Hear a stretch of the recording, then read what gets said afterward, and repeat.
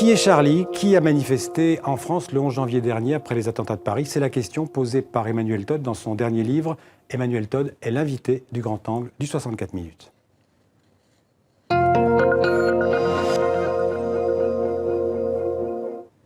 Bonsoir Emmanuel Todd. Bonsoir. Alors je vous présente d'abord en quelques mots. Vous êtes historien, sociologue, vous êtes aussi le fils du grand journaliste Olivier Todd, pour ceux qui l'ont connu. Vous avez écrit une vingtaine de livres, parmi lesquels je citerai Après l'Empire, Le mystère français et l'invention de la France, plus récemment. Et vous publiez ces jours-ci un livre qui suscite la polémique en France, un pavé dans la mare en quelque sorte. Qui est Charlie? Sous-titré Sociologie d'une crise religieuse aux éditions du Seuil. Et puis d'abord, pour commencer, un bref rappel en images pour ceux qui nous regardent aux quatre coins du monde.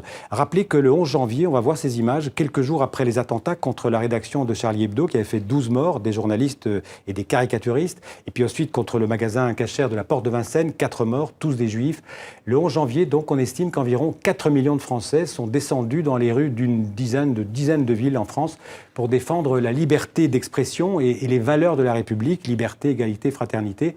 Le principal slogan de ces manifestations était d'ailleurs « Je suis Charlie », en solidarité avec les journalistes assassinés dans les locaux de Charlie Hebdo. Alors Emmanuel Todd, vous vous êtes posé la question de savoir qui est Charlie, qui étaient ces millions de marcheurs, que représentent-ils? On se serait trompé sur la signification du 11 janvier? Oui, c'est-à-dire que le livre, il y a une introduction un peu sévère sur la belle vision qu'avaient d'eux-mêmes les manifestants et sur l'idée de liberté, d'égalité. Je dis que c'est tout à fait autre chose, mais le fond du livre est une analyse sociologique. C'est un effort pour passer de l'émotion à la compréhension de ce qui s'est vraiment passé. Et j'y suis passé, je dirais, le 12 janvier, en voyant la carte publiée par le journal Libération, je dirais, du nombre des manifestants dans toutes les villes de France. C'est-à-dire, au premier coup d'œil, j'ai vu qu'il y avait quelque chose qui clochait. Et qu'est-ce que le sociologue que vous êtes a vu? C'est qu'en fait, dans les villes où on a le plus manifesté, c'était des villes où il y a ce que vous appelez le catholicisme zombie. Il y a plusieurs variables. C'est-à-dire que ce que j'ai vérifié, c'est des choses que les gens sur place ont vues. C'est-à-dire que c'était des cadres et professions intellectuelles supérieures, que les jeunes d'origine maghrébine des banlieues n'étaient pas dans la manifestation. Et ça, je le repère et le vérifie par la cartographie, par des analyses de corrélation statistique absolument standards dans les sciences sociales d'aujourd'hui. Mais j'ai, je dirais, une autre variable, c'est l'imprégnation religieuse des régions. En fait, parce que les gens ne savent pas tous, les gens pensent que la France, c'est la France, et puis que tout le monde est français, ce qui est exact, en un certain sens. Mais en fait, historiquement, depuis le milieu du XVIIIe siècle, il y a deux Frances. Il y a une France centrale, laïque, égalitaire, où la pratique religieuse a, s'est effondrée dès les années 1730-1740, et puis immédiatement après, elle a fait la Révolution. Donc c'est le bassin parisien, la façade méditerranéenne, et il y a une deuxième France qui est restée catholique, qui s'est battue pour le catholicisme, qui s'est battue contre la République, je veux dire, contre la liberté et l'égalité, contre la liberté d'expression. Et c'est là qu'on a le plus manifesté. Voilà, et donc il y a quelque chose qui cloche, en fait, pour le sociologue. Et je crois que c'est ça qui choque beaucoup dans mon livre. Je fais bref, donc les manifestants, selon vous, ne défendaient pas consciemment ou inconsciemment la liberté d'expression, mais c'était plutôt une expression d'un rejet de l'islam, et vous allez jusqu'à dire une certaine forme d'islamophobie. Oui, alors ça, de toute façon, c'était manifeste dans l'objet de la manifestation. Si vous vous réunissez à 4 millions pour définir comme priorité la société française, avec ses 10% de chômage, sa paralysie totale sur le plan économique, dire que la priorité c'est de blasphémer sur Mahomet. Moi, je suis partisan du droit au blasphème. Je veux dire, ce à quoi je m'oppose, c'est l'idée que c'est la priorité nationale. Je vous cite page 87, vous dites exactement ça. Vous dites « Des millions de Français se sont précipités dans les rues pour définir comme besoin prioritaire de leur société le droit de cracher sur la religion des faibles ». Cracher sur la religion, c'est fort. Oui, mais c'est quand même, je veux dire, quand les caricatures de Mahomet, c'est ça. Mais je ne voudrais pas m'appesantir là-dessus, parce que c'est pas ça. Ce qui est important, c'est, je dirais, le non-rapport entre la représentation des manifestants par eux-mêmes, qui étaient des gens sympas d'ailleurs dans leur façon d'être, des gens des classes moyennes civilisées, des gens de mon monde, mais qui ne représentaient pas toute la France. Qui ne représentaient pas toute la France et qui se pensaient comme défenseur de la liberté et de l'égalité. Alors, en pratique, la manifestation était une manifestation d'exclusion, puisque les ouvriers n'étaient pas là, relégués hors des grandes villes, même géographiquement maintenant.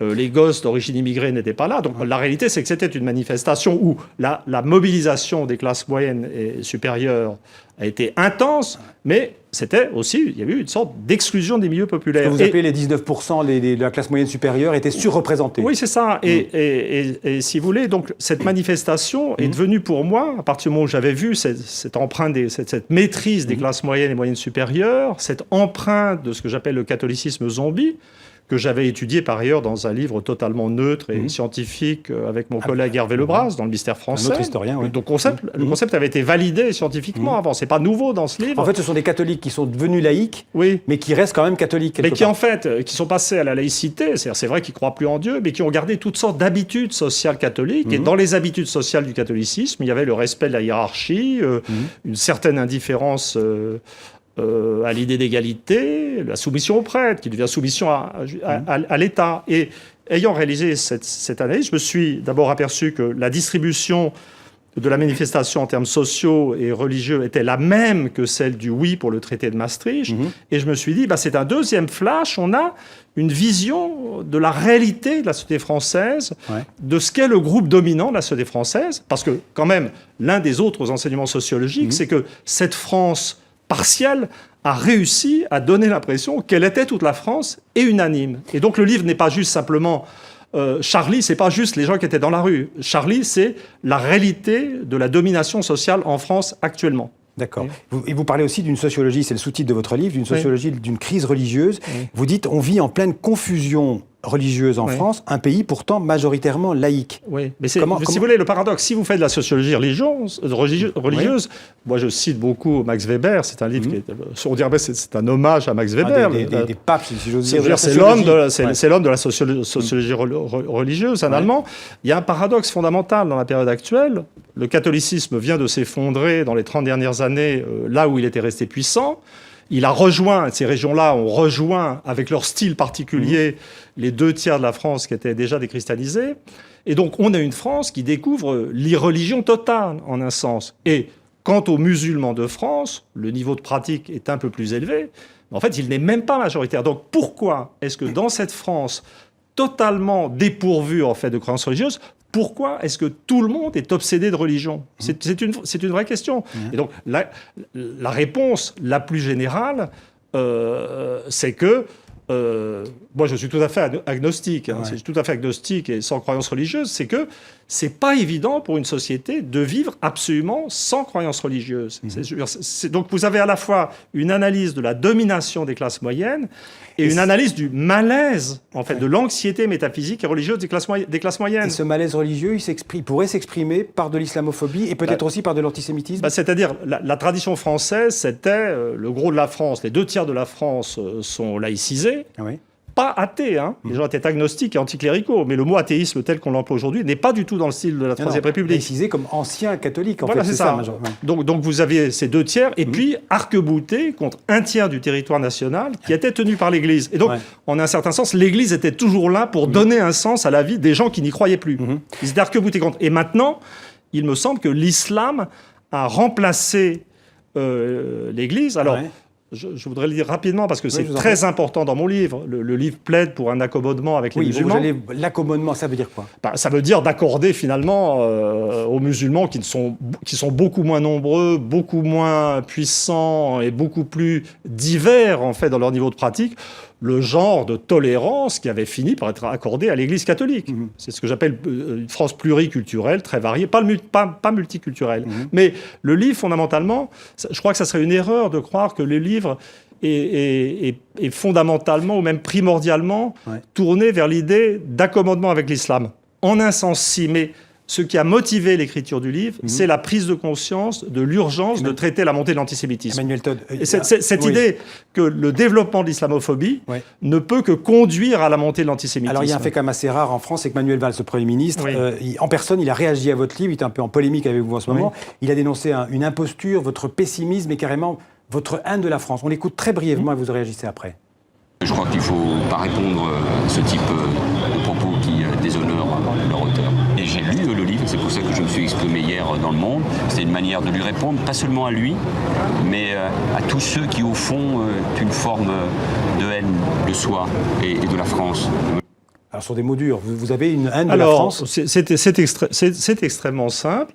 J'ai été attaqué brutalement dans cette tribune qui était plus complète et plus variée que l'extrait, qui était une réponse et qui et une étaient les mots les réponse. plus forts, probablement. Et donc j'ai été attaqué. Donc un intellectuel français est attaqué par un chef partiel de l'exécutif français avec une grande brutalité. Donc j'ai répondu à un niveau égal de brutalité, parce que j'estime que les intellectuels français n'ont pas à être embêtés dans leur travail par le chef de l'exécutif. Mais pour moi, le débat est clos et c'est fini. Même quand Fini. Quand il dit que l'optimisme de Valls, c'est l'optimisme du maréchal Pétain, ça, c'était la réponse brutale. Ouais. Le débat est clos et je ne veux plus parler D'accord. que du contenu de l'analyse, du débat réel. Je voudrais vous demander, Emmanuel Todt, quelle est votre conception de la laïcité aujourd'hui en 2015 ? La laïcité, c'est d'abord un fait. C'est-à-dire qu'il faut partir de ce qui existe, c'est-à-dire d'une France qui est en gros déchristianisée, qui n'est pas menacée par une sorte de fantasme d'une submersion par l'islam. Un remplacement, comme on dit dans certains partis. Mais pour moi, si vous voulez, c'est typique d'une phobie. Je veux dire, ce qui caractérise les phobies religieuses ou raciales, l'antisémitisme, l'islamophobie, c'est d'abord une essentialisation d'un groupe. Tous les juifs sont pareils, tous les musulmans sont pareils, ils sont tous pratiquants.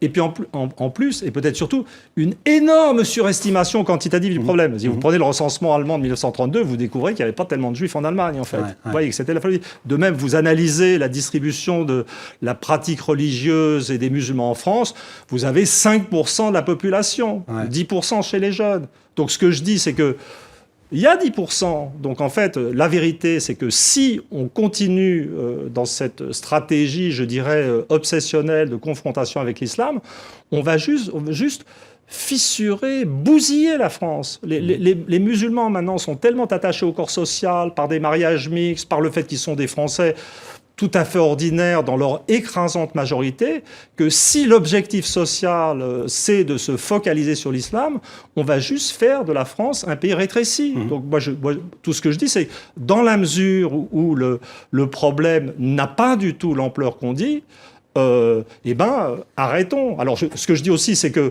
pour arrêter ça, il faut faire une politique économique qui arrête d'enfermer les gosses dans leur banlieue. Mais cela dit, je voudrais terminer sur une chose. Le Parti socialiste en prend pour son grade.